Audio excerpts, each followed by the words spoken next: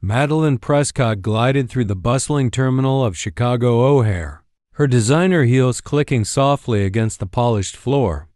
The scent of freshly brewed coffee and jet fuel lingered in the air, mingling with the hushed murmurs of business travelers and the distant crackle of flight announcements. She barely noticed any of it.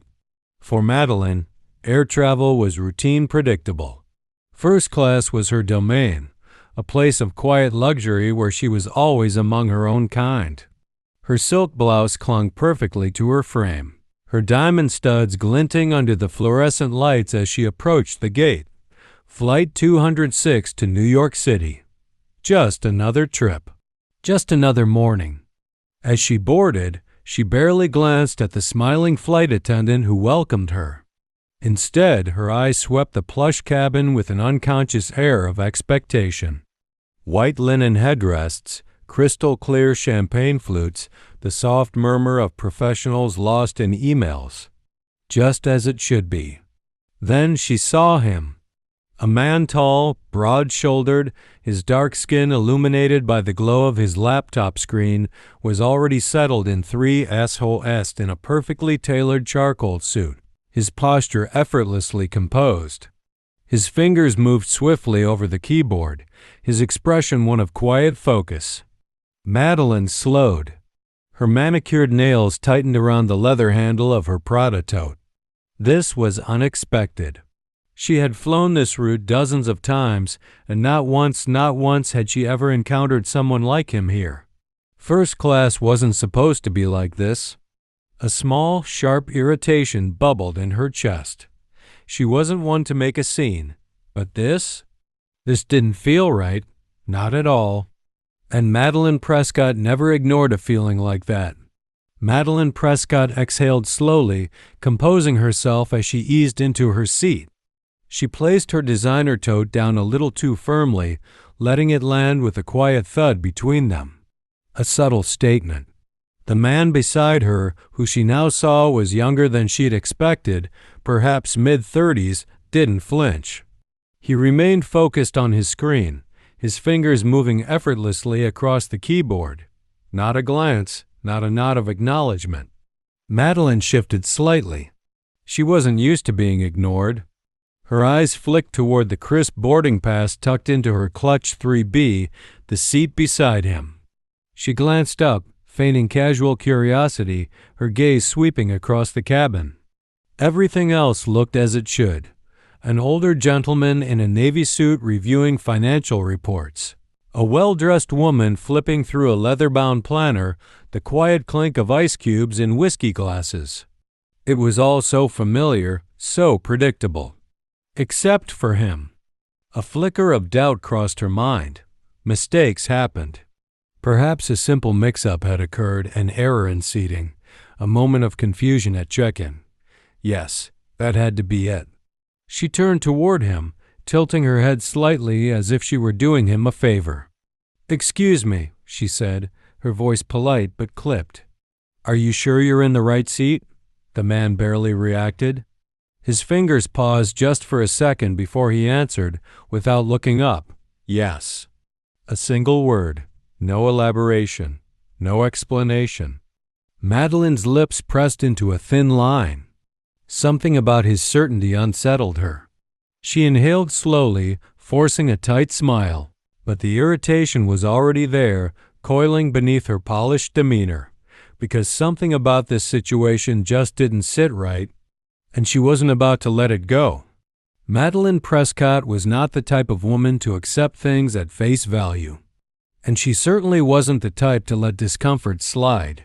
No, she had spent her life making sure things were exactly as they should be, which was why she caught the eye of a passing flight attendant, Ashley Monroe, early 30s, warm smile, hair pulled into a neat bun, and lifted a delicate manicured hand. Ashley leaned in, professional and pleasant as always. "Is there something I can assist you with, ma'am?"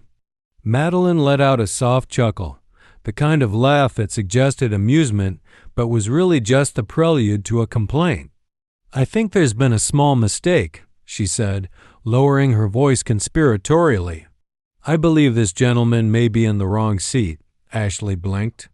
Then, with the ease of someone who had dealt with exactly this kind of situation before, she pulled out her tablet and checked the seating chart. A beat of silence. Then, with an apologetic smile, she said, "Actually, Mr. Carter is in his correct seat. Your ticket says 3B, and he's in 3 of the gleams." Madeline's carefully curated expression didn't falter, but for a split second, something in her eyes flickered like a poker player dealt a bad hand who refuses to fold. "Oh," she said lightly, adjusting the bracelet on her wrist. "That's odd. I just assumed?"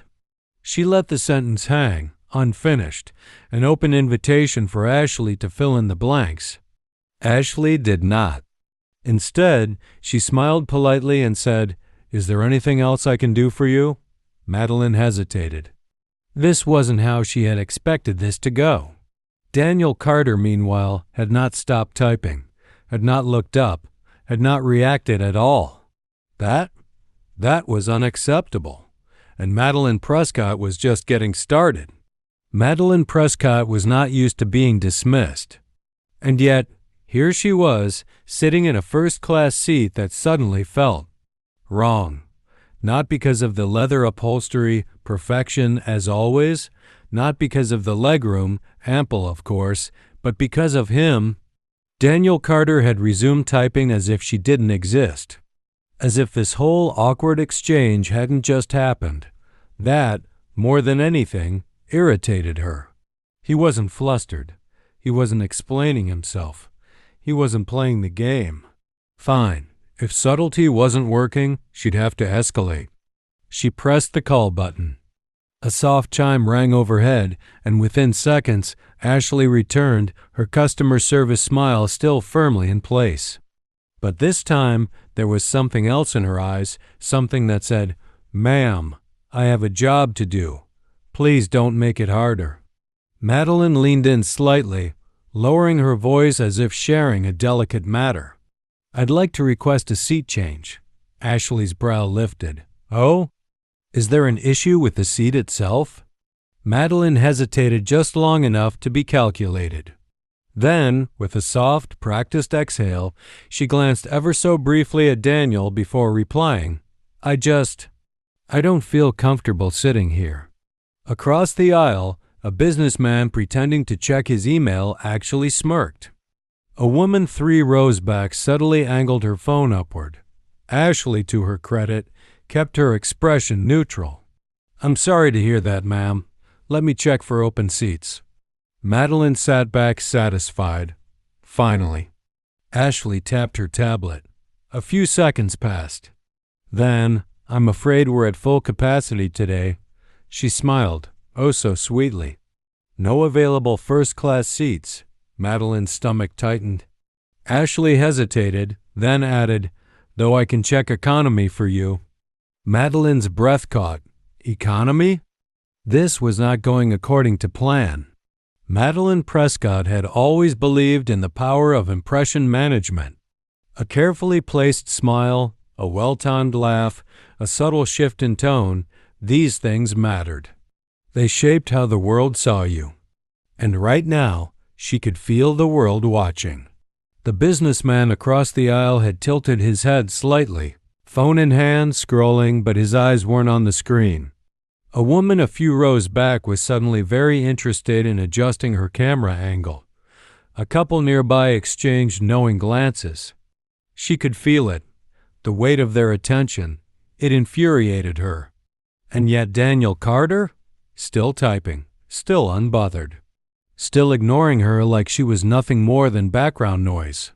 She pressed her lips together, then turned back to Ashley with a new angle. "I understand first class is full," she said, her voice carrying the patient edge of someone just trying to be reasonable. "But surely there's some accommodation that can be made?" Ashley's smile didn't waver. "Ma'am, as I mentioned, there are open seats in economy if you'd like to move." Madeline inhaled sharply. I meant for him. Daniel's fingers paused for just a second before continuing this steady rhythm. Ashley blinked. "I'm sorry?" Madeline squared her shoulders. I don't think it's unreasonable to ask. I'm feeling uncomfortable, and as a paying first-class passenger, I should have the right to request a more suitable seating arrangement. Ashley's lips pressed together, and for the first time, her professional mask slipped just a little. Escalates. Ma'am, she said, voice lower now, firmer. Just to clarify, you are asking me to move Mr. Carter to economy because you don't want to sit next to him? A hush settled. A businessman muttered, "Oh, this is getting good." And Madeline, she realized for the first time that she might have miscalculated. Madeline Prescott had mastered the art of persuasion. A well-placed sigh, a subtle shift in tone. People usually wanted to accommodate her. But now? Now she was met with silence. Daniel Carter hadn't said a word. He hadn't asked what was happening, hadn't defended himself, hadn't even looked at her. And somehow that made it worse. She stole a glance at him, expecting to see irritation, discomfort, something, but there was nothing. He sat with the same quiet confidence, fingers tapping away on his laptop, posture utterly unbothered. That was not how this was supposed to go.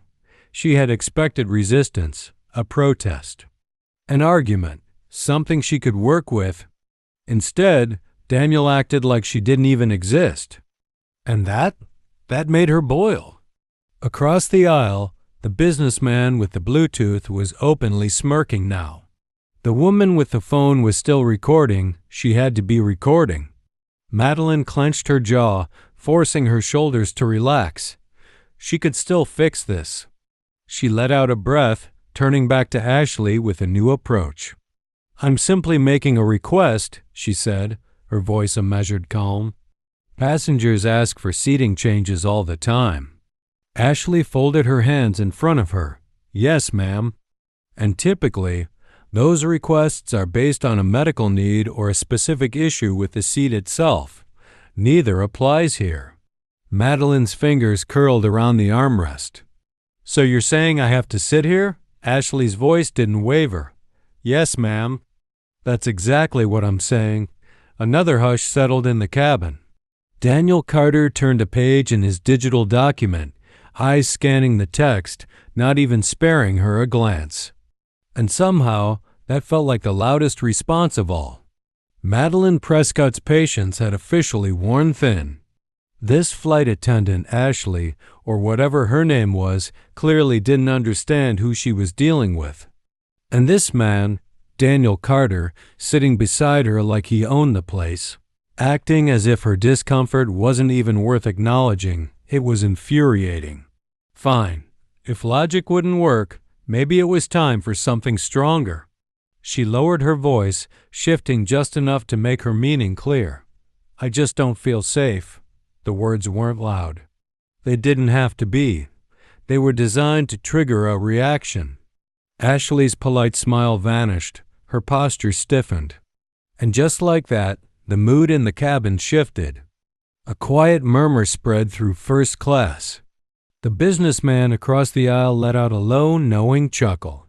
The woman with the phone definitely wasn't pretending to text anymore. Madeline, sensing the shift, doubled down. "I'm just saying it would make everyone more comfortable if we reassessed the seating arrangement." She could practically feel the tension thickening. And then Daniel Carter moved. Slowly, deliberately, he reached into his suit pocket. For the first time, he turned to look directly at her. His expression was unreadable, his movements calm, controlled. And then he flipped open a leather badge holder. A gold emblem gleamed under the cabin lights. FBI. Silence. A second stretched into eternity. Passengers inhaled sharply. Someone 2 rows back whispered a stunned curse. The businessman with the Bluetooth let out an actual laugh. And Madeline? For the first time in her life, she had nothing to say. Daniel tilted his head slightly, voice smooth as silk. "Ma'am," he said, "would you like to file an official complaint?" Madeline Prescott's world tilted on its axis. Madeline Prescott had never known true silence. Not the kind that stretched long and heavy, pressing down on her from every direction, pinning her in place like a moth under glass. But now? Now the hush in the first-class cabin was deafening. Daniel Carter's FBI badge gleamed between them, its gold catching the overhead lights like a stage spotlight. She couldn't stop staring at it, her mind scrambling for a way to undo what had just happened. Passengers around them weren't even pretending to look away anymore. The businessman across the aisle folded his arms, a slow smirk spreading across his face. The woman with the phone was recording, obviously recording. And Madeline? She felt exposed. She had played this game before. The quiet, coded accusations. The well-timed expressions of concern. It had always worked. Until now. Daniel tilted his head slightly, waiting. "No?" he asked, his voice as smooth as ever. "You don't want to file an official complaint?" Her mouth opened, then closed. What could she say? That she had just implied an FBI agent was a threat to the plane? That she had tried to have him removed not because he did anything wrong, but because he simply existed in a space she didn't expect him to? She swallowed hard, throat suddenly dry. Her only option now was to disappear. But the internet had other plans. Because as Madeline turned back to face the window, clutching her designer bag like a lifeline, her phone vibrated. A lot. She hesitated before pulling it out. Then she saw it. Her name, trending, and the video? Already viral. Madeline Prescott had spent her entire life curating her image. A respected philanthropist. A woman of class and status. The kind of person who knew the right people, attended the right events, and carried herself with dignity. But none of that mattered now. Not with her name trending. Not with the words, "Racist woman tries to remove black man from first class, then learns he's FBI," splashed across every social media platform. She stared at her phone, her heartbeat hammering in her ears. The video had been posted less than 10 minutes ago. And yet, it already had over 1 million views. A notification popped up. A text from her sister. "Madeline, please tell me this isn't real." She swallowed hard, her fingers trembling over the screen. Then another message. "You need to delete your accounts. Now?" Her breath came faster. This wasn't just an embarrassing moment. It was ruinous. And it wasn't just strangers commenting. Colleagues, acquaintances, people she knew. Some defended her. I'm sure this was taken out of context. But most weren't. Classic Karen behavior. So entitled she thought she could have an FBI agent removed? Actions have consequences, sweetheart. She squeezed her eyes shut, willing the world to stop spinning. But it didn't. Because the plane hadn't even landed yet, and she had already lost everything. And the worst part? For the first time in her life, she realized she deserved it. Madeline Prescott had always believed that with the right connections, the right words, and the right timing, any mistake could be fixed. But this was irreversible. She bolted off the plane the second the doors opened, gripping the handle of her designer carry-on so tightly that her knuckles turned white. She didn't look at the other passengers. She couldn't. Not when she could feel their eyes on her, their amusement, their judgment. Her phone vibrated in her purse again. She didn't want to look. She looked anyway. 2 million views. Her stomach twisted. She rushed toward the baggage claim, heart racing, desperate for an exit any way out of this nightmare. But just as she rounded the corner, she saw them. A cluster of reporters, cameras, microphones. One of them spotted her. "That's her." Madeline turned sharply, heels clicking against the polished floor as she hurried in the opposite direction. But before she could make it out of sight, her phone buzzed with a number she did recognize. She froze. Her boss. Her real boss. She swallowed hard before answering. A clipped voice, no warmth. "Miss Prescott, this is Daniel Leland from the board. I assume you've seen the news?" Her pulse pounded. I can explain." "No need," he interrupted. "By morning, we expect your resignation." A sharp beep. The line went dead. Madeline's hands trembled as she lowered her phone. She had spent her entire life crafting a perfect reputation, and in a single flight, it was gone. Meanwhile, Daniel Carter, he had already moved on.